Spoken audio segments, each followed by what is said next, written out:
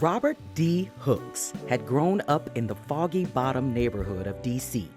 As a kid, he was known as Bobby Dean Hooks and had acted in segregated community theaters. I started acting when I was 9 years old. I would dream about playing roles that I would come up to the Lincoln Theater. I started out as Bobby Dean Hooks, right? Moved to Philadelphia, Bobby Dean Hooks. Graduated from West Philadelphia High. Started with A Raisin in the Sun. I replaced Lou Gossett, which was the first play I saw with black people when I was studying in Philadelphia, which prompted me to move to New York. And it was the first play I got on Broadway. I was in one Broadway play after the next Broadway play. But then I did an off-Broadway play called Dutchman by Leroy Jones at the time, but Amiri Baraka. Fabulous play, big hit.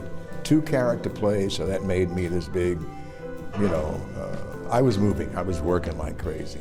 In 1967, he co-starred in the weekly televised crime drama N.Y.P.D. as Detective Jeff Ward.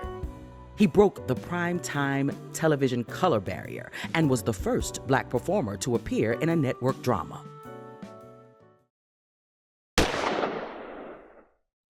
They shot Martin on April the 4th, 1968.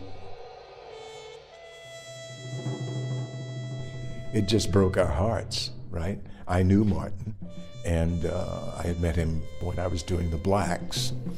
But I got a call from P.D. Green, who was in the office of the commissioner, then commissioner, later mayor, Walter Washington. And he put Walter Washington on the phone. He says, "Mr. Hooks, they're burning your city to the ground." So the next day, I came down on the train, and I could not believe my eyes. I saw a city that was in desperate need of a cultural institution for black artists. Black artists tell the stories of black people. I had already done it in New York with the Negro Ensemble Company. And I said, this is what has to happen in Washington, D.C. I'm coming back, and I'm going to build the D.C. version of the Negro Ensemble Company. And that's what I did. He had a mission: to build the first African-American theater in his hometown. He would call it the DC Black Repertory, and it would create the beginnings of a vibrant black community of theater artists, musicians, designers, and educators, and open its doors to all races.